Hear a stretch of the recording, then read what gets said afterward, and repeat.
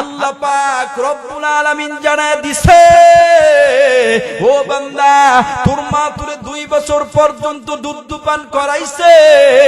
হে মুসলমান, খালি মনে করছো মায়ের স্তনের মধ্যে মুখটা লাগাইয়া টান মারছো দুধ চলে আসছে। না না, সায়েন্স পড়লে দেখা যায় তুমি যখন তোমার মায়ের স্তনে মুখটা লাগাইয়া ওই যখন দুধটাকে তুমি টান মারো, ওই সময় মায়ের মাথার রগগুলা মনে হয় চিরে টুকরা টুকরা হয়ে যাবে। হে মুসলমান, এত কষ্ট করে দুধটা চলে আসে, যেটা আপনার আমার খাদ্য হয়ে যায়, যেটা খাইয়া আপনি বেঁচে থাকি। এ নবীর উম্মতের দল, হে মুসলমান, হে হাজীগঞ্জের যুবক, ও বাবা দিলের কানটা লাগায় শোনো, এইভাবে তোমার 2 বছর পর্যন্ত তোমার মা তোমারে দুধ পান করাইছে। মায়ের রক্তগুলাকে আমার আল্লাহ পানি বানাইয়া, ওই রক্তগুলাকে দুধ বানাইয়া এটা আপনার আমার খাবারের ব্যবস্থা করছে। এই জন্য মুসলমান ইমানদার, এই জন্য নবী 3বার বলেছে মায়ের কথা, বাবার জন্য বলেছে একবার। মানে 1 নাম্বার কষ্ট গর্ভে আসার কষ্ট, 2 নাম্বার কষ্ট হলো বান্দা প্রসবের কষ্ট, 3 নাম্বার হলো মুসলমান দুধ পান করানোর কষ্ট। এই জন্য নবী আমার হাদিস শরীফের মধ্যে জানায়া দেয়, হে মুমিন মুসলমান ইমানদার, এই জন্য নবী 3বার বলেছে মায়ের কথা, 1বার বলেছে বাবার কথা। এই জন্য বান্দা এই কথাগুলা হাদিসগুলা স্মরণ রাখতে হবে। মা বাবা যদি আপনারে অনেক পরিমাণ কষ্ট দেয়, তারপরও মা বাবার সাথে খারাপ আচরণ করা যাবে না, মা বাবার সাথে খারাপ ব্যবহার করা যাবে না, মা বাবার সাথে ভদ্র আচরণ করতে হবে, মা বাবার সাথে বান্দা ভালো আচরণ করতে হবে, কোন রকম ধমক দিয়ে কথা বলা যাবে না। এই জন্য মুসলমান ইমানদার, রাত্র গভীর হয়ে গেছে, এখন আর লম্বা আলোচনা করার সময় নাই। এই জন্য যে পয়েন্ট নিয়ে আমি আলোচনা করলাম, আমার আলোচনার 1 নাম্বার পয়েন্ট আল্লাহর ইবাদত বন্দেগী করা, আল্লাহর দাসত্ব করা। 2 নাম্বার হলো মা বাবার সাথে ভালো আচরণ করা, ভালো ব্যবহার করা।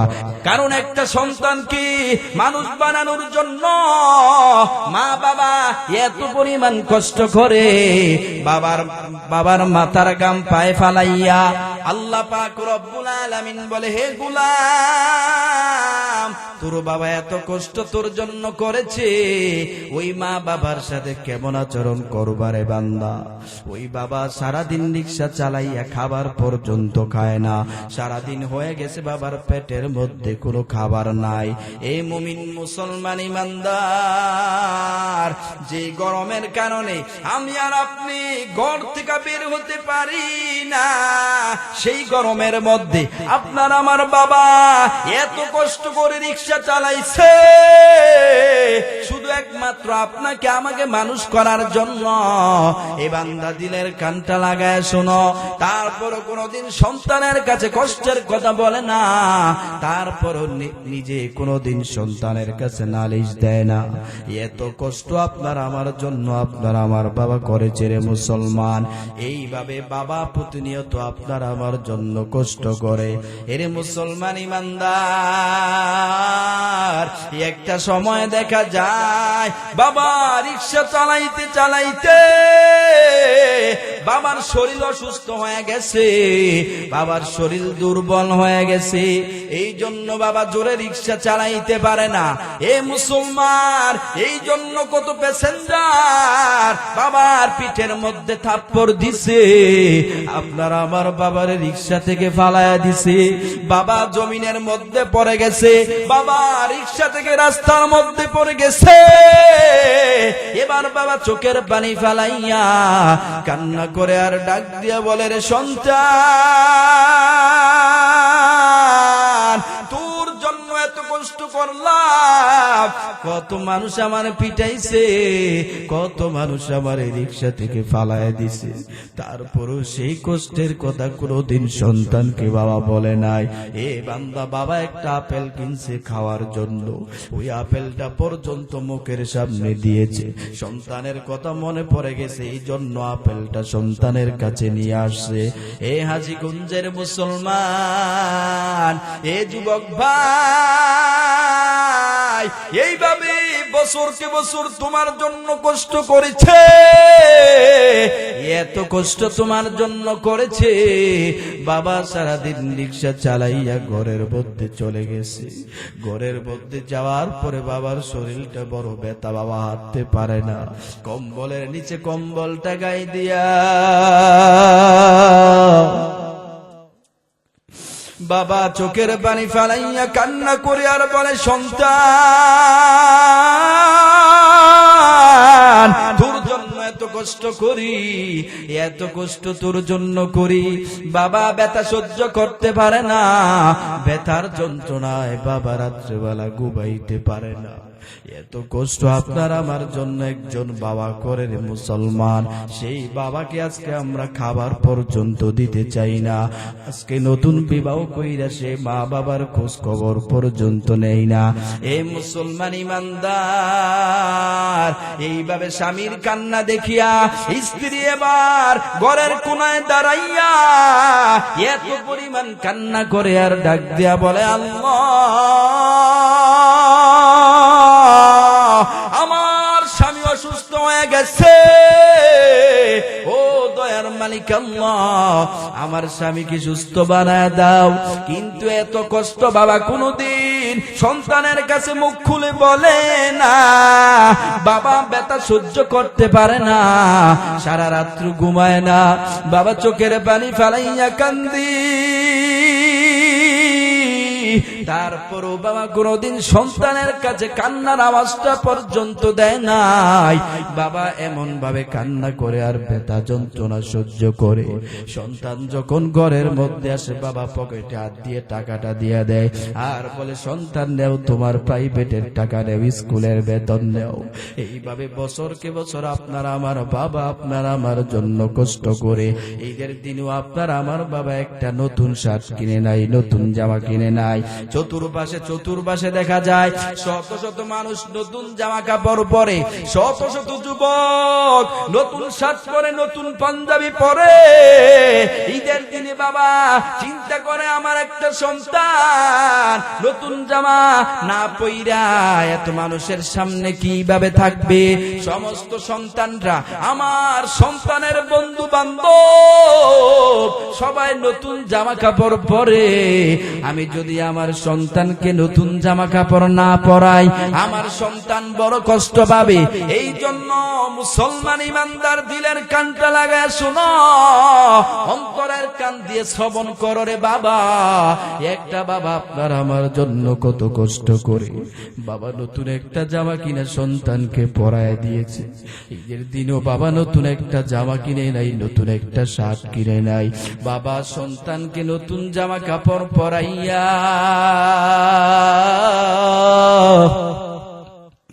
বাবা ঘরের কোনায় দাঁড়াইয়া সন্তানের দিকে তাকাইয়া বাবা কান্না করে। বাবা ডাক দিয়া বলে, সন্তান আজকে তোরে আমি নতুন জামা পরাইলাম, আমি বাবার শরীরে একটা নতুন জামা নাই, আমি বাবা একটা নতুন জামা কিনি নাই, আমি তো গরিব বড় অসহায়। আজকে তোরে এত সুন্দর করে সাজায় দিলাম, আমি বাবা আজকে একটা নতুন কাপড় পর্যন্ত পরি নাই। তারপরও বাবা আমার কোনো আফসোস নাই, আফসোস নাই। তোরে আমি নতুন জামা কাপড় পরাইছি, এটা আমার জন্য সার্থক। এইভাবে বাবা শতবার চোখের পানি ফেলায় কান্না করে রে বাবা। এই জন্য মুসলমান ইমানদার, তোমার আমার বাবা তোমার বিসিএস ক্যাডার বানাইছে, তোমার আবার বাবা তোমার ভার্সিটির মধ্যে পড়াইছে। তোমাকে ভার্সিটির মধ্যে পড়াইতে গিয়া কতদিন হয়ে গেছে, মা ও খাবার খায় না, বাবাও খাবার খায় না, কতদিন রোজা থাইকা এ তোমার আমার স্কুলের বেতন দিছে, তোমার আমার কলেজের বেতন দিয়েছে, তারপরও বাবা কোনোদিন দুঃখ প্রকাশ করে নাই। কতদিন আমি ঢাকার শহরে তাকায় দেখলাম, যখন বয়ান শেষ হয়ে যায়, রাত্র 3টা-4টা বাজে ঢাকার শহরে ঢুকি, ওই সময় দেখা যায় এত বৃদ্ধা বাবা এই শরীরের মধ্যে কোন রকম একটা গেঞ্জি গায়ে দিয়া চালায়, এত পরিমাণ কষ্ট করে। আমি ডাক দিয়া বললাম, বাবা এই গভীর রজনীতে তুমি কেন রিক্সা চালাও? তোমার সন্তান কি নাই? চোখের পানিগুলা ফলায় ডাক দিয়া মনে, হুজুর আল্লাহ আমারে সন্তান দিছে, যেই সন্তানের জন্য নিজের জীবনটাকে শেষ করে দিলাম, যেই সন্তানকে শিক্ষিত বানাইতে গিয়া কত মানুষের মার খাইলাম, কত মানুষের আঘাত সহ্য করলাম, নিজে নিজের শরীরটাকে অসুস্থ বানায়া ফেললাম। আজকে আমার সেই সন্তান বিবাহ কইরা ঢাকার শহরে ফ্ল্যাট নিয়ে বাড়া থাকে, আমার খোঁজ খবর পর্যন্ত নেয় না। এমনও সন্তান আজকে সমাজের মধ্যে দেখা যায়, যেই সন্তান নিজে বক্স খাট আর জাজিমের মধ্যে ঘুমায়, অথচ বাবা মাকে কোনোদিন একটু খাটের মধ্যে আইনা শোয়ায় না, নিজে আরামায়েশ করে ঘুমায়, অথচ নিজের জনম দুঃখী মা, যেই বাবার কষ্টের পরে, যেই মা বাবার শ্রম দেওয়ার পরে তো কোটিপতি হইছ, এত লক্ষ কোটি টাকার মালিক হইছ, অথচ বান্দা সেই মা বাবারে কোয়াল করে ঘুমাইতে দিলারে না ফরমান। এই জন্য পয়গম্বর ডাক দিয়া বলেন, হুমা জান্নাতুকা ওয়া নারুকা, তোমার পিতামাতা তোমার জন্য জান্নাত, আবার তোমার জন্য জাহান্নাম। এই জন্য মুসলমান ইমানদার, যেই বান্দা ওই মা বাবার সাথে ভালো আচরণ করে, যেই বান্দা ওই মা বাবার সাথে ভালো ব্যবহার করে, আল্লাহ বলে, নবী আমার জানায় দেয়, ওই বান্দার দুনিয়াও সাকসেস, ওই বান্দার আখিরাতও সাকসেস। আর যেই বান্দা মা বাবার খোঁজ খবর নেয় না, মা বাবার খবর পর্যন্ত নেয় না, মা বাবার সাথে কোনো সম্পর্ক রাখে না, ওই বান্দা দুনিয়ার জমিনে থাইকা ভাত খাইতে গেলেও শান্তি নাই, ঘুমাইতে গেলেও শান্তি নাই, ব্যবসা করতে গেলেও শান্তি নাই, ব্যবসা করতে খালি লস হয়ে যায়, এলাকার মধ্যে অসম্মান। বলে তার এই অবস্থা কেন? তালাশ করে দেখো সে মা বাবার সাথে বেয়াদবি করেছে। এই জন্য আল্লাহ পাক রব্বুল আলামিন বলে, বান্দা দুনিয়া এবং আখিরাতে যদি কল্যাণ পেতে চাও, ওই মা বাবার সাথে ভালো আচরণ করো, ভালো ব্যবহার করো, তাহলে বান্দা জান্নাতে যাইবা, না হয় জাহান্নামে যাইবা। এই জন্য আমার ভাইরা দিলেন কানটা লাগায় শোনো, কান সু করলে হবে না, বয়ান শেষ হওয়ার পরে সেই কথার উপরে আমল করতে হবে। এ মুসলমান, এ যুবক ভাই, ও বান্দা দিলের কানটা লাগায় শোনো। এই জন্য আল্লাহর পয়গম্বর জানায় দিছে, আল জান্নাতু তাহতা আকদামিহিল উম্মাহাত, মায়ের পায়ের নিচে সন্তানের বেহেশত। তাহলে যে মায়ের নিচে আপনার আমার বেহেশত, ওই মায়ের পায়ের দইরা আমাদের, ওই মা বাবার পাও দইরা আমাদের চলার দরকার আছে নাকি নাই? আর জোরে বলেন, আছে না নাই? এই জন্য আমার ভাইরা, আল্লাহ পাক রব্বুল আলামিন সূরাতুল বনী ইসরাঈলের মধ্যে জানায়া দিছে, আল্লাহ বলেন, ওয়া ক্বাদা রাব্বুকা আল্লা তা'বুদু ইল্লা ইয়াহু ওয়া বিল ওয়ালিদাইনি ইহসানা। আল্লাহ পাক রব্বুল আলামিন বলে, হে গোলাম, আমি আল্লাহর ইবাদত করার পর, আমি আল্লাহর দাসত্ব করার পরে বান্দা, 2 নম্বরে মা বাবার খেদমত করবা, মা বাবার সাথে ভালো আচরণ করবা। এই জন্য আমার ভাইয়েরা, তাহলে আমরা কোরআন থেকে পাইলাম 1 নম্বরে আল্লাহ বলেছে আল্লাহর কথা, 2 নম্বরে মায়ের কথা। তাহলে এবার হাদিস থেকে আমরা তালাশ করব, হাদিস শরীফে নবী আমার কি বলছেন। হে মুসলমান, আল্লাহর নবীর সাহাবী আব্দুল্লাহ ইবনে মাসউদ রাদিয়াল্লাহু তাআলা আনহু قال সহিহ বুখারীর 5970 নাম্বার হাদিস। আল্লাহর নবীর সাহাবী বলেন সালতুন নবী সাল্লাল্লাহু আলাইহি ওয়াসাল্লাম আইয়ুল আমালি আহাব্বু ইলাল্লাহ, আমি আমার পয়গম্বরকে প্রশ্ন করলাম, ও নবী আমার, আইয়ুল আমালি আহাব্বু ইলাল্লাহ, আল্লাহ তাআলা কোন কাজ কোন আমল সবচেয়ে বেশি পছন্দ করে? নবী আমার জানায় দিয়েছেন সাহাবী, আল্লাহ পাক রব্বুল আলামিন তিনটা আমল সবচেয়ে বেশি পছন্দ করে। বলেন কয়টা? আর জোরে বলেন কয়টা? এক নম্বরে নবী আমার জানায় দিছে, নবী আমার বলেন ক্বালাস সালাতু আলা ওয়াক্তিহা, সময় মতো নামাজ পড়া, সময় মতো আল্লাহর ইবাদত বন্দেগী করা, সময় মতো যেই বান্দা মসজিদের মধ্যে যাইয়া আল্লাহর ইবাদত বন্দেগী করে, আল্লাহর দাসত্ব করে, আল্লাহর কুদরতি পায় সেজদা দেয়, আল্লাহ পাক রব্বুল আলামিন জানায়া দেয় ওই আমল আমি আল্লাহর কাছে বড় পছন্দ। দুই নম্বরে নবী আমার জানায় দেয় রে সাহাবী, দুই নাম্বার হলো ক্বালা থুম্মা বিররুল ওয়ালিদাইন, পয়গম্বর জানায় দিয়েছে রে সাহাবী, দুই নাম্বার হলো মা বাবার সাথে ভালো আচরণ করা, ভালো ব্যবহার করা। তার মানে এক নাম্বার আমার আল্লাহ বলেন আল্লাহর বিধানের কথা, দুই নাম্বার নবী আমার বলেন দুই নাম্বারে যে আমল বেশি পছন্দ করে ওই আমল হলো মা বাবার সাথে ভালো আচরণ করা, মা বাবার সাথে ভালো ব্যবহার করা, মা বাবার খেদমত করা, মা বাবার সাথে সম্পর্ক রাখা। আয়াত থেকে পাইলাম দুই নম্বরে আল্লাহ পিতামাতার কথা বলছে, হাদিস থেকে পাইলাম নবী আমার দুই নম্বরে পিতামাতার কথা বলছে, তিন নম্বরে নবী আমার বলে সাহাবী, তিন নম্বরে আল্লাহ পছন্দ করেন ওয়ালাল জিহাদু ফি সাবিলিল্লাহ, যেই বান্দা আমি আল্লাহর রাস্তায় জিহাদ করে, আমি আল্লাহর দ্বীন প্রতিষ্ঠা করার জন্য মাঝে মাঝে ডাক আসবে, মাথায় কাফনের কাফন বেঁধে আল্লাহর দ্বীন প্রতিষ্ঠা করার জন্য, আল্লাহর ইসলাম কায়েম করার জন্য কারা কারা যেতে রাজি আছি তাড়াতাড়ি ময়দানে চলে আসো, ওই দিন আল্লাহর দ্বীন কায়েম করার জন্য চলে যাইতে হবে। এই জন্য মুসলমান ইমানদার আল্লাহর নবী জানায় দেয় তিন নাম্বার হলো বান্দা মা বাবার সাথে, দুই নাম্বার হলো মা বাবার সাথে ভালো আচরণ করো, মা বাবার সাথে বান্দা ভালো ব্যবহার করো, তিন নাম্বার হলো আল্লাহর রাস্তায় জিহাদ করো। এই জন্য আমার ভাইয়েরা আল্লাহ পাক রব্বুল আলামিন সূরাতুল লুকমানের মধ্যে জানায় দেয়, আল্লাহ সূরাতুল বনী ইসরাঈলের মধ্যে জানায় দেয়, তাহলে ওই মা বাবার সাথে তোমার আচরণটা কেমন হবে, তোমার ব্যবহারটা কেমন হবে।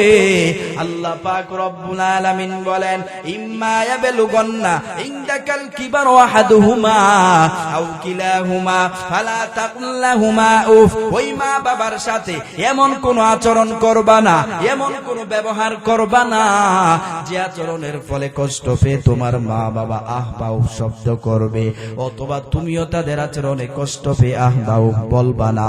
তার মানে আমার আল্লাহ বুঝায় দেয় ওই মা বাবার সাথে সুন্দর ভাষায় কথা বলবা। আল্লাহ পাক রব্বুল আলামিন জানায় দিছে ওয়ালা তানহারহুমা ওয়া কুল লাহুমা কওলান কারীমা, আল্লাহ বলে বান্দা ওই মা বাবার সাথে কিভাবে কথা বলবা, ওই মা বাবার সাথে নম্র ভাষায় কথা বলবা, ওই মা বাবার সাথে ভদ্র ভাষায় কথা বলবা, এত মিষ্টি ভাবে কথা বলবা যে বান্দা তুমি ছোট মানুষ, তোমার মা বাবা তোমার চেয়ে অনেক বড়, এইভাবে সুন্দর করে করে মা বাবার সাথে কথা বলবা। পরের আয়াতের মধ্যে আমার আল্লাহ জানায়া দেয় ওয়াকফিদ লাহুমা জানাহাদ-দুল্লি মিনার রাহমা, ও বান্দা মা বাবার কাছে বিনয়ের ডানা বিছায় দাও। বিনয়ের ডানা মানে এ মুসলমান আল্লাহ তো আমাদেরকে হাত দিছে, মানুষদেরকে তো কোনো ডানা দেয় নাই, বলে ডাকা ডানা দিয়েছে পশু পাখিদেরকে, তাহলে আমার আল্লাহ কেন এই জায়গার মধ্যে এই আয়াতের মধ্যে ডানার কথা বলছে? তার একমাত্র মাত্র কারণ আমার আল্লাহ জানায় দেয় বান্দা মুফাসসিরিন কেরাম এই আয়াতের তরজমা করতে যাইয়া এই ডানা শব্দ উল্লেখ করেছে মানে আমার আল্লাহ বুঝায় দেয় বান্দা তোর দুই হাত তুই তোর মা বাবার জন্য বিছায় দে মানে এই দুই হাত দিয়া মা বাবার জন্য খেদমত করবি টাকা দিয়া হোক করবি পয়সা দিয়া হোক যেইভাবে হোক এই দুই হাত দিয়া মা বাবার জন্য খেদমত করো আল্লাহ পাক রব্বুল আলামিন বলে বান্দা আজকে তুমি এমপি হইলা আজকে তুমি মন্ত্রী হইলা আজকে তুমি একজন চেয়ারম্যান হইলা আল্লাহ তোমার টাকা পয়সার মালিক বানাইছে মনে করছো বান্দা নিজে নিজে হইছো বলে না না সব কিছুর পিছনে তোর মা বাবার দোয়া রয়েছে এই জন্য এগুলা পাইয়া তুমি যদি মনে করো আমি একজন এমপি আমি একজন মন্ত্রী এইটা যদি মনে কইরা ওই মা বাবার সাথে খারাপ আচরণ করো আল্লাহ বলে বান্দা সহ্য হবে না আমি আল্লাহ তোর জন্য জান্নাত হারাম করে দিব এই জন্য মুসলমান ইমানদার আল্লাহ পাক রব্বুল আলামিন আপনাকে আমাকে জানায় দেয় ও বান্দা এই দুনিয়ার জমিনে থাইকা মা বাবার সাথে ভালো আচরণ তো করবা মা বাবার জন্য দোয়া করা আল্লাহ তাআলা সব কিছু কোরআনের মধ্যে শিখায় দিছে আল্লাহ পাক রব্বুল আলামিন বলেন রব্বির হামহুমা কামা রব্বায়ানি সগীরা আমার সাথে বলেন আল্লাহুম্মা রব্বির হামহুমা কামা রব্বায়ানি সগীরা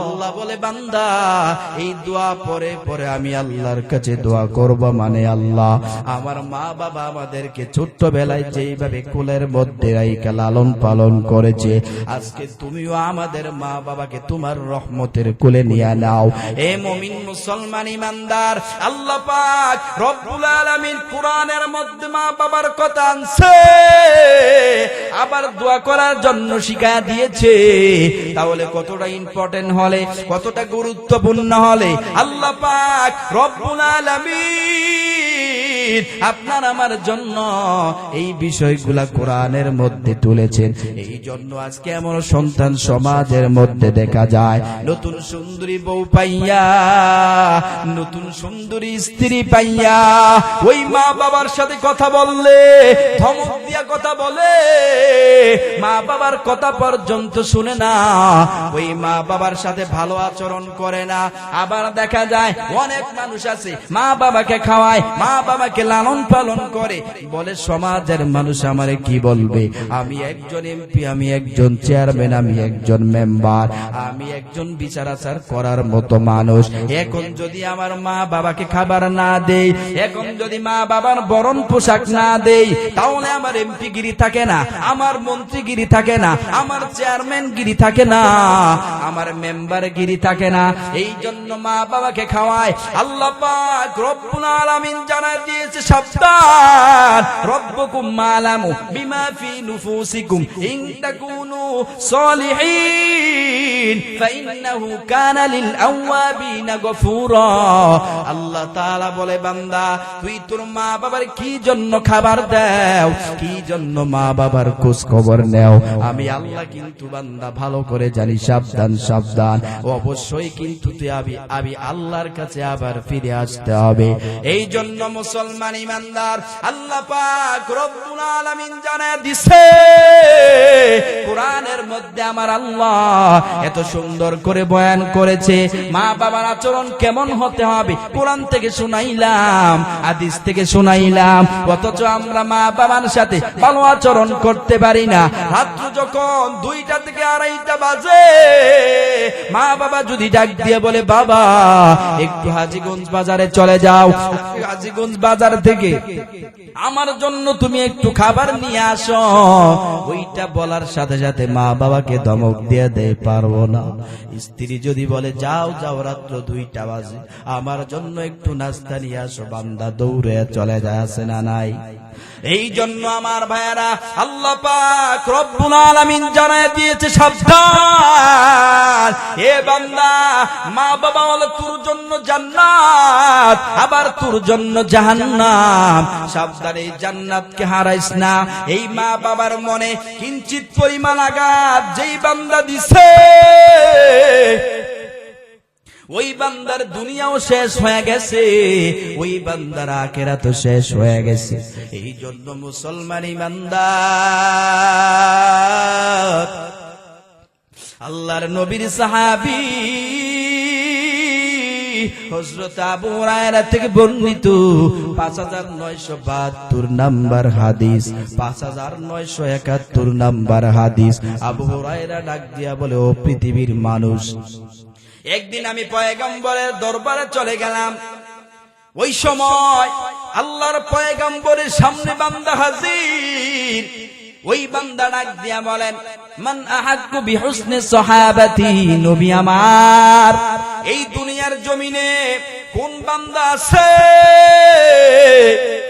কোন মানুষগুলা আছে আমার কাছ থেকে সবচেয়ে বেশি ভালো ব্যবহার পাওয়ার যোগ্য আমার কাছ থেকে সবচেয়ে বেশি ভালো আচরণ পাওয়ার যোগ্য কার কাছে আমি কার সাথে আমি সবচেয়ে বেশি ভালো আচরণ করব ভালো ব্যবহার করব নবী আমার বলেন কলা উম্মুকা তোমার মা ওই সাহাবী ডাক দিয়া বলেন কলা তুম্মা মান তারপর কে ওই নবী আমার ওই সময় ডাক দিয়া বলে সাহাবী দুই নম্বরে বলেন কলা উম্মুকা তারপর তোমার মা তিন নম্বরে সাহাবী বলেন কলা তুম্মা মান তারপর কে নবী আমার ডাক দিয়া বলে সাহাবী কলা উম্মুকা তারপর তোর মা চার নম্বরে বলেন কলা আবুকা তারপরে তোমার বাবা এই হাদিস শরীফ বুঝাইতে যাইয়া কেন মায়ের কথা তিনবার বলছি বাবার কথা কেন নবী আমার একবার বলছে ও হাজীগঞ্জের মুসলমান এই হাদিসের ব্যাখ্যা করতে যাইয়া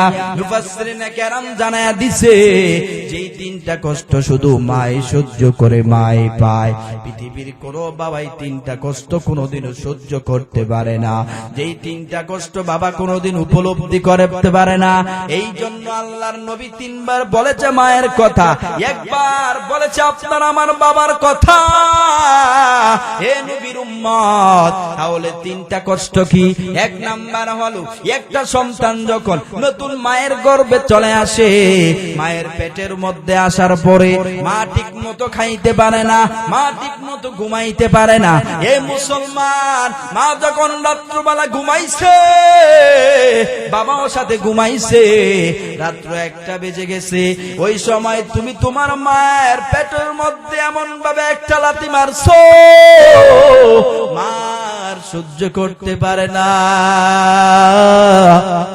মা ঘুম থেকে লাফ মেরে উইঠা সরাসরি দেয়ালের সাথে দাঁড়াইয়া চোখের পানি ফেলা কান্না করে তোমার লাথির কারণে মায়ের পেটের ব্যথার যন্ত্রণা শুরু হয়ে গেছে মা দাঁড়ায়া দাঁড়ায়া চোখের পানি ফেলায় কান্না করে স্বামী ডাক দিয়া বলে স্ত্রী আমার রাত্র গভীর হয়ে গেছে তুমি কি ঘুমাইবা না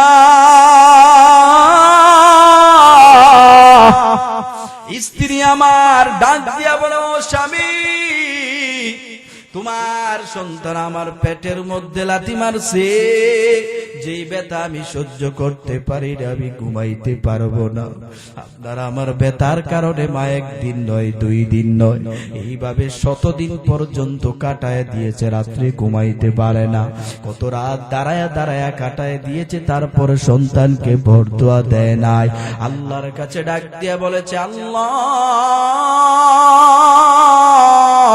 আমার সন্তানটাকে তুমি সুস্থ রাখো প্রয়োজনে তুমি আমার অসুস্থ বানায় দাও তারপর আমার সন্তানকে অসুস্থ বানায়ো না আমার সন্তানটাকে সুস্থ রাখো এ মুসলমান তোমার মা যদি তোমার রাত্রেবেলা বলে সন্তান একটা বাজারের মধ্যে যাইয়া আমার জন্য একটু খাবার নিয়ে আয় ঘুম ভেঙে যাবে এই জন্য তোমার সহ্য হয় না অথচ তোমার আমার জন্য একদিন নয় 2 দিন নয় 3 দিন নয় মাসকে মাস রাত্রবেলা ঘরের মধ্যে দাঁড়াইয়া মা কাটায় দিয়েছে তারপরও কোনোদিন কোনো অভিযোগ আল্লাহর কাছে করে নাই রে বান্দা।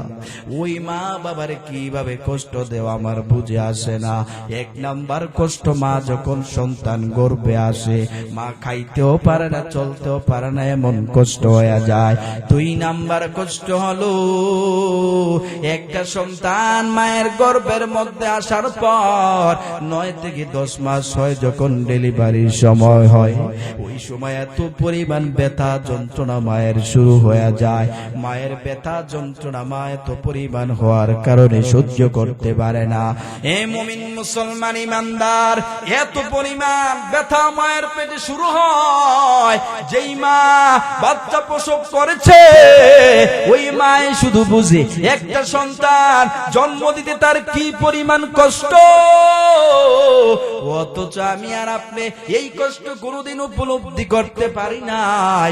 যে সময় মায়ের প্রসবের সময় শুরু হয়ে যায়, ওই সময় মাকে এত পরিমাণ কষ্ট দেওয়া হয়, কষ্ট দেওয়া হয়। তুমি আর আমি একটু পর পর শুধু মায়ের পেটের মধ্যে লাথি মারি, মায়ের পেটের মধ্যে হাত দিয়ে আঘাত করি। এ মুমিন মুসলমান ইমানদার, এত পরিমাণ তীব্র যন্ত্রণা শুরু হয়ে গেছে, মা সহ্য করতে পারে নাই। মা চোখের পানি ফালায়া কান্না করে আর ডাক দিয়ে বলে, আল্লাহ,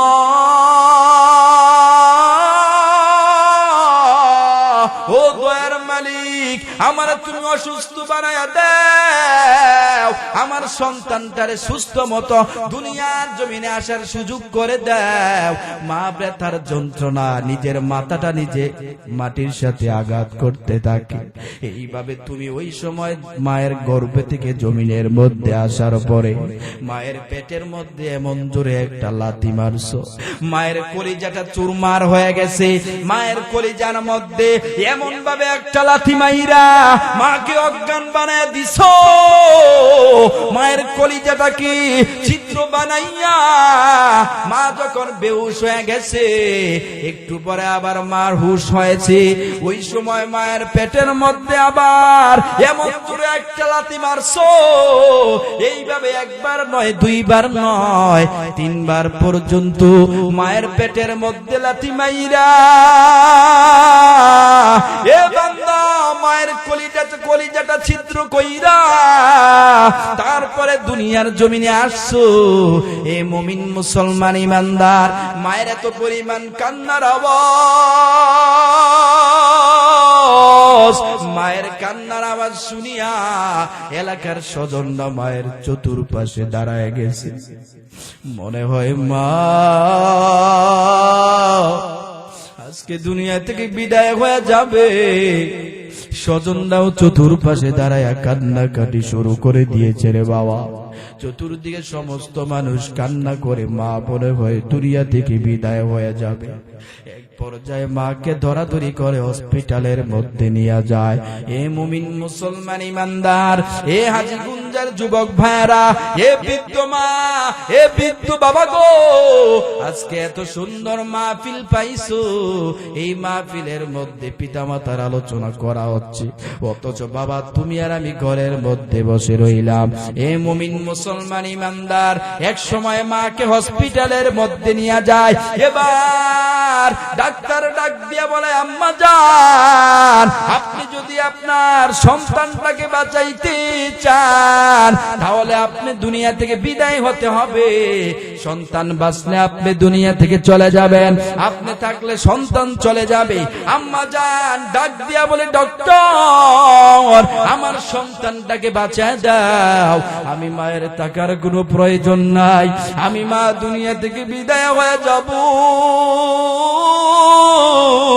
আমার সন্তান দুনিয়ার জমিনে থাকবে, আমি যখন দুনিয়া থেকে বিদায় হয়ে যাব, আমাকে যখন কবরস্থ করা হবে, আমার সন্তান যখন বড় হবে, ওই সময় আমার সন্তান শুনবে আমার মা আমার জন্ম দিতে গিয়া এত পরিমাণ কষ্ট পাইছে, এত পরিমাণ কষ্ট পাইছে, আমার মা দুনিয়া থেকে বিদায় হয়ে গেছে।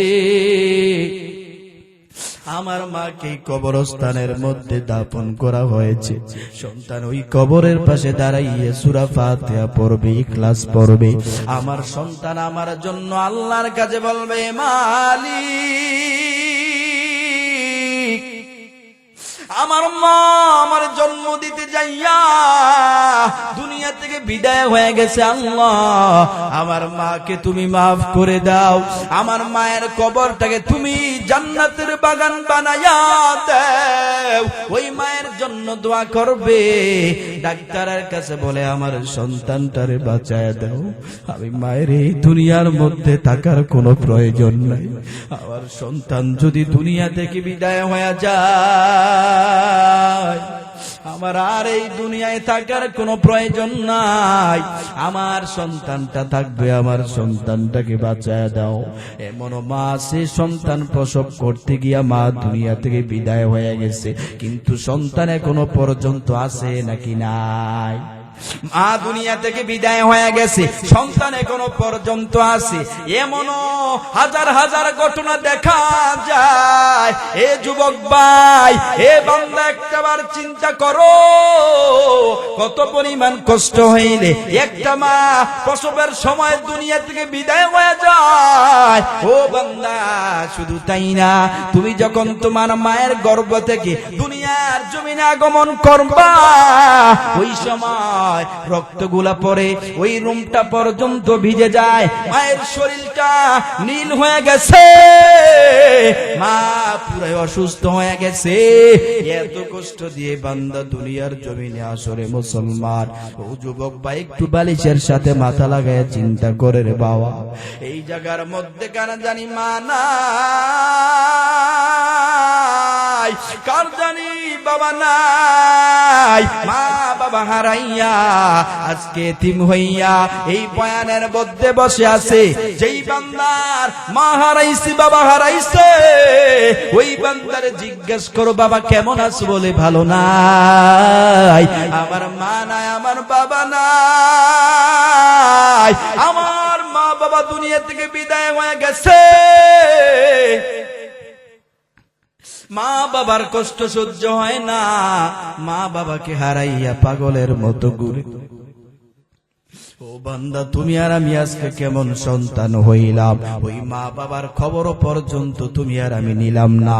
এমন সন্তান আজকে আছে, এখান থেকে বয়ান শুই না, রাত্র যখন গভীর হয়ে যাবে, মায়ের দরজার সামনে দাঁড়াইয়া, ঘরের সামনে দাঁড়াইয়া মাকে মা বলে ডাক দিবে। রাত্র গভীর হয়ে গেছে, কেউ না,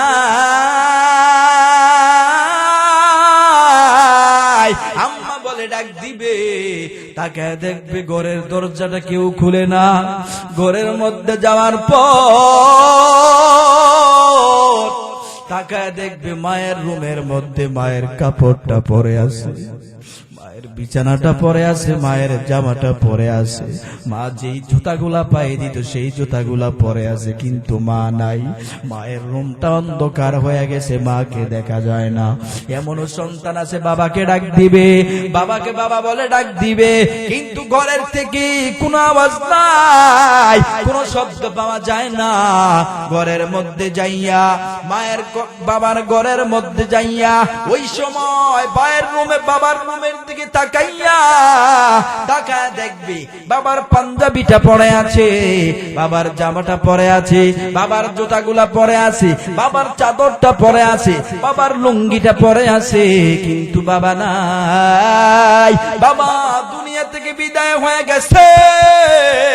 ওই সময় সন্তান আর মানতে পারে না, ওই সন্তানের কলিজাটা চুরমার হয়ে যায়। পাশের বাড়ির লোকে মা বলে ডাক দেয়, বাবা বলে ডাক দেয়, অথচ আমি আর আপনি মা বাবাকে ডাক দিই, কোনো আওয়াজ নাই, কোনো শব্দ পর্যন্ত পাওয়া যায় না। এ মুমিন মুসলমান ইমানদার এমন সন্তান দেখা যায়। এই জন্য বান্দা সময় থাকতে সময়ের মূল্য দাও, মা বাবা থাকতে মা বাবার সাথে ভালো আচরণ করো। এই মা নামক শব্দ, এই বাবা নামক শব্দ যেই বান্দা একবার হারাইছে ওই বান্দারে জিজ্ঞেস করো কেমন আছো, বলে বেশি ভালো নাই, আমার বাবা নাই। বলে কেন ভালো নাই? আমার মা নাই, আমার মা দুনিয়া থেকে বিদায় হয়ে গেছে, আমার বাবা দুনিয়া থেকে বিদায় হয়ে গেছে। আমি আমার মাকে ডাক দিতে পারি না, আমার বাবাকে ডাক দিতে পারি না। হে মুসলমান, আজকে আমার সন্তান দেখা যায় এত কষ্ট করি, তোমার মা বাবা তোমার লালন পালন করেছে, ওই মা বাবার খবরও নেয় না।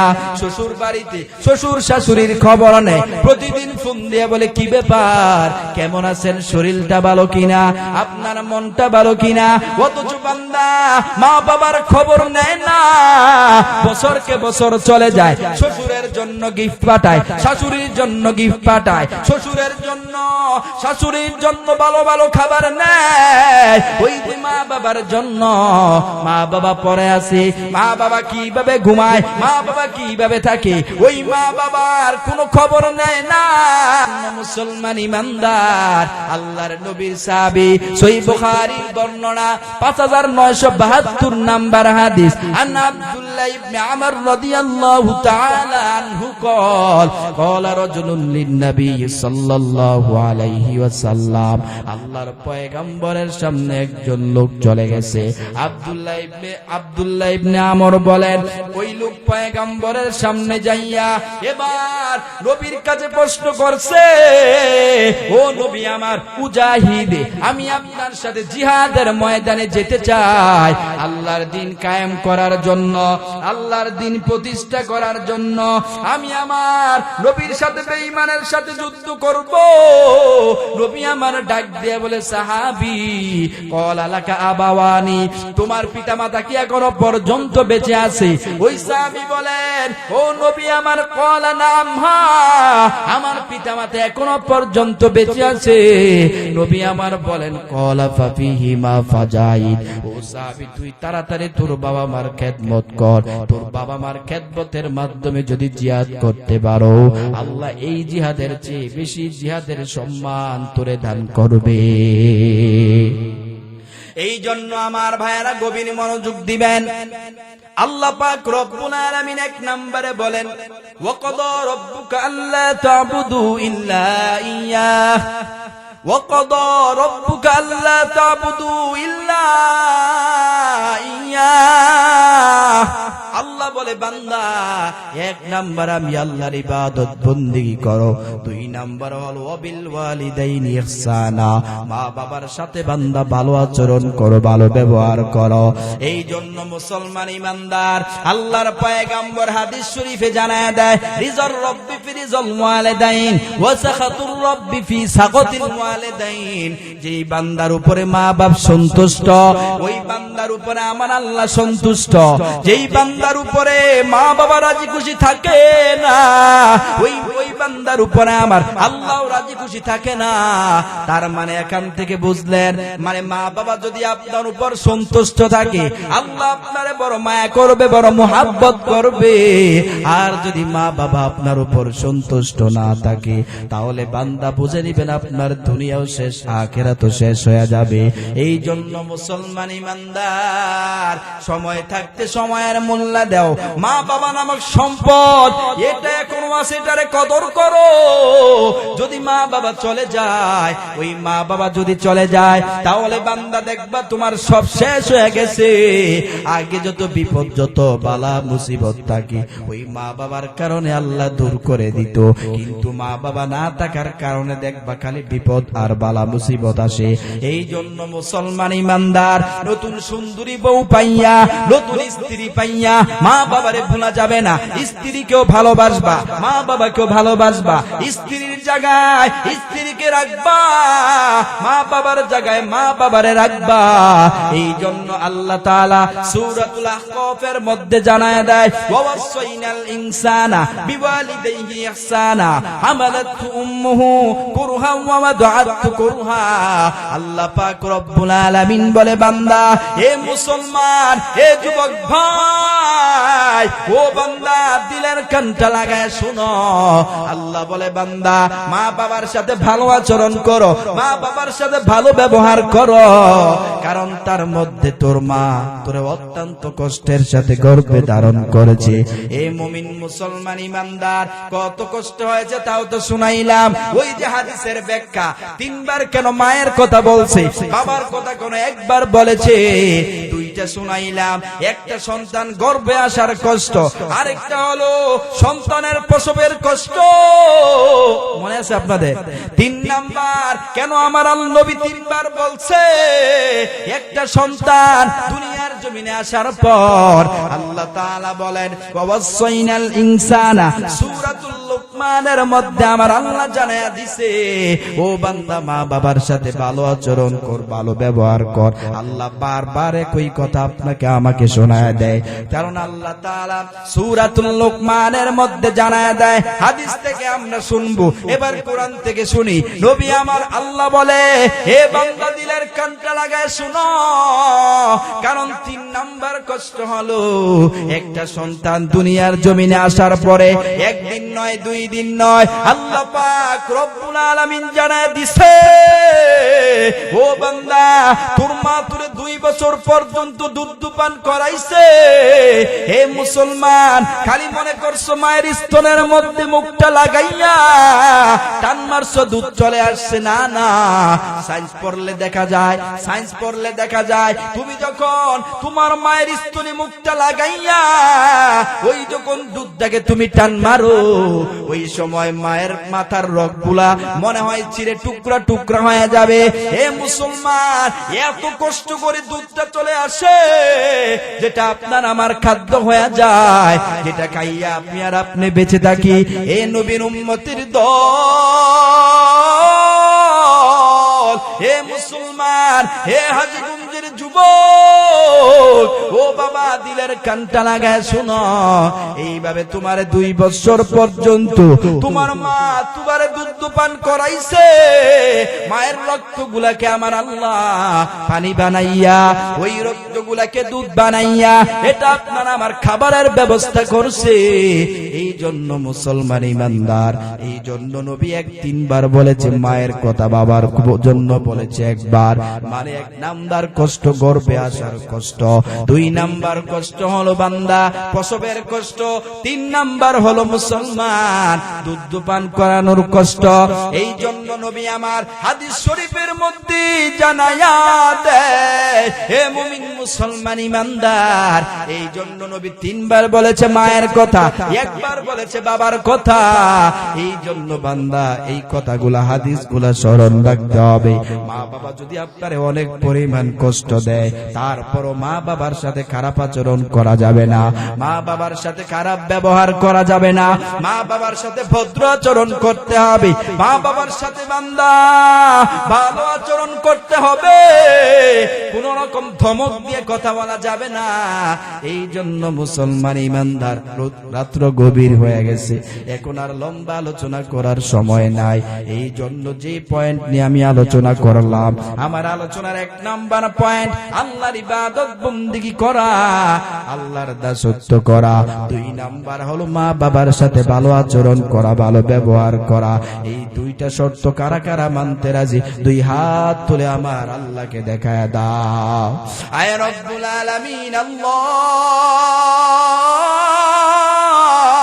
আয় আল্লাহ, তোমার বান্দারা আমার সাথে ওয়াদা করতেছে, তোমার বান্দারা কখনো নামাজ ছাড়বে না, কখনো রোজা ছাড়বে না, সব সময় তোমার ইবাদত বন্দেগী করবে, তোমার বিধান অনুযায়ী চলবে, তোমার কথা স্মরণ রাখবে, মা বাবার সাথে খারাপ আচরণ করবে না, মা বাবার সাথে খারাপ ব্যবহার করবে না, মা বাবার সাথে সুন্দর ভাষায় কথা বলবে। আয় আল্লাহ, তোমার বান্দার হাত তুলে ওয়াদা করতেছে, আয় আল্লাহ তুমি কবুল করে নাও, মঞ্জুর করে নাও। আয় আল্লাহ তাদেরকে তুমি এই ওয়াদা অনুযায়ী চলার তৌফিক দান করে দাও, লক্ষ কোটি টাকার মালিক বানায় দাও। আয় আল্লাহ ব্যবসা বাণিজ্যের মধ্যে বরকত দিয়া দাও। আয় আল্লাহ তোমার নবীর তরিকা অনুযায়ী চলতে পারে সেই তৌফিক দান করে দাও। আয় আল্লাহ, আয় রব্বুল আলামিন আল্লাহ, তোমার কাছে ফরিয়াদ মাওলা, আয় আসমানের মালিক আমার রব, আয় আল্লাহ জীবনে কত অন্যায় করলাম, জীবনে কত গুনাহ করলাম, দুনিয়ার কেউ জানে না, তুমি জানো।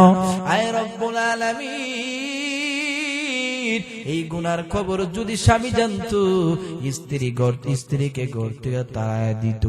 স্ত্রীর খবর জানলে স্বামী স্ত্রীকে তাড়ায় দিত। মাওলা, সন্তান গুনাহ করে বাবা জানে না, বাবা জানলেও ঘর থেকে তাড়ায় দিত। আল্লাহ, এই গুনার বোঝা মাথায় নিয়া গোপন করে গুনাহগুলাকে রাইখা, এ দয়ার মালিক আমার আল্লাহ, এখনো পর্যন্ত গুনাহগুলাকে গোপন রাখছো মাওলা। গোপন যেহেতু রাখছো, গোপন ভাবে মাওলা জীবনের গুনাহগুলাকে তুমি মাফ করে দাও গো। তুমি ছাড়া কারি কাছে মাবুদ আমরা করি বড় দয়, তুমি বিনে কে বুঝিবে মনেরই বেদন। গুনারিকা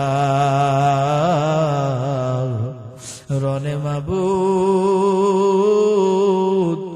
তারাই না দরবারেতে তোমার, ঘুরিয়া ফিরিয়া আসবর মাওলা দরবারে তোমার। আদর করিয়া মানুষ আল্লাহ বানায়া, কেমনে দিবা জান্নামে ফেলিয়া। তওবা করে আবার তওবা ভাঙ্গিলা, অবশেষে কাটি তওবা করিলা। আয় রব্বুল আলামিন, আল্লাহ, তুমি যদি আমাদের মাফ না করো, উপায় নাই, জাহান্নাম ছাড়া কিছুই নাই।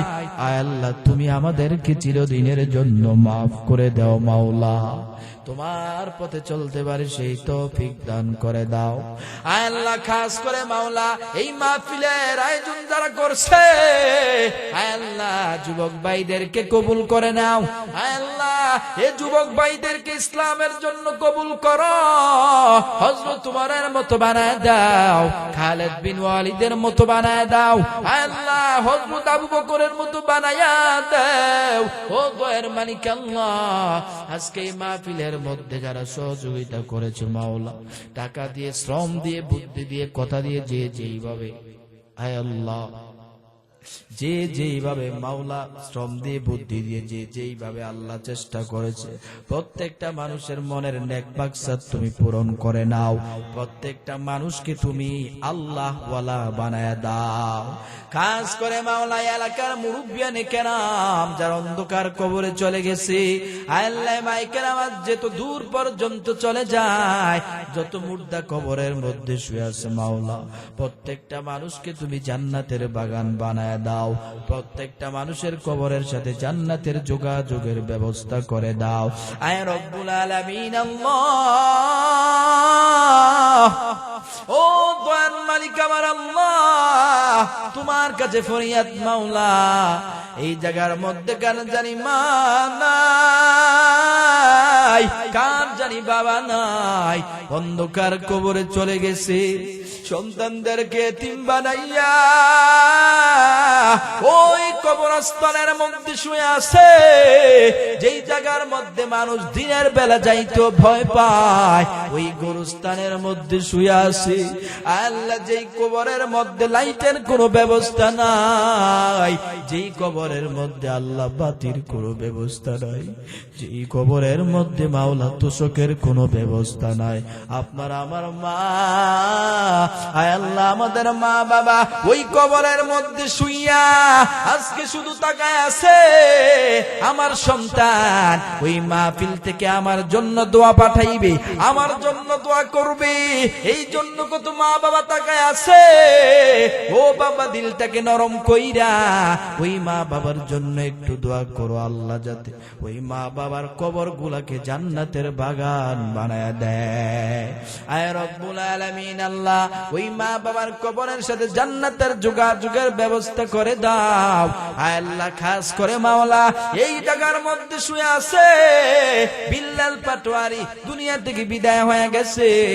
আয় আল্লাহ প্রিয় ভাইয়ের কবরটাকে তুমি জান্নাতের বাগান বানায় দাও। আয় আল্লাহ ভাইয়ের কবরের সাথে জান্নাতের যোগাযোগের ব্যবস্থা করে দাও। আয় আল্লাহ তার কবরটাকে নূরে নূরে আলোকিত করে দাও। আয় আল্লাহ তার বংশের মধ্যে যারা আছে তাদেরকে দীর্ঘ নেক হায়াত দান করে দাও। সারা কবরে চলে গেছে সকলকে জান্নাতবাসী করে দাও। খাস করে মাওলা মাদ্রাসার মধ্যে আছে মাওলা ছাত্র ভাইদেরকে কবুল করে নাও, যোগ শ্রেষ্ঠ ওলি বানায় দাও। আয় আল্লাহ মাদ্রাসাকে তুমি কবুল আর মঞ্জুর করে নাও। যেখান থেকে আল্লাহ হযরত ওমরের মতো সৈনিক বের হবে, হযরত খালিদ বিন ওয়ালিদের মতো সৈনিক যাতে বের হতে পারে সেই তৌফিক দান করে দাও। আয় আল্লাহ মাদ্রাসা যারা পরিচালনা করে উস্তাদদেরকে কবুল করে নাও, উস্তাদদের দীর্ঘ নেক হায়াত দান করে দাও। আয় আল্লাহ মাদ্রাসা মসজিদ উভয়কে তুমি কবুল করে নাও। খাস করে মাওলা এই মাদ্রাসা মসজিদের কমিটি যারা দুনিয়া থেকে বিদায় হয়ে গেছে সকলকে জান্নাতবাসী করে দাও। যারা এখনো পর্যন্ত বেঁচে আছে সকলকে তুমি কবুল করে নাও, সকলকে তুমি মাওলা দ্বীনের জন্য কবুল আর মঞ্জুর করে নাও। আল্লাহ আমরা যারা বেঁচে আছি দীর্ঘ নেক হায়াত দান করে দাও। আল্লাহ ইখলাসের সহিত মাদ্রাসা মসজিদের খেদমত করতে পারে সেই তৌফিক দান করে দাও। আল্লাহ খেদমত গুলা শুধু একনিষ্ঠ তোমার জন্য হতে পারে সেই তৌফিক দান করে দাও।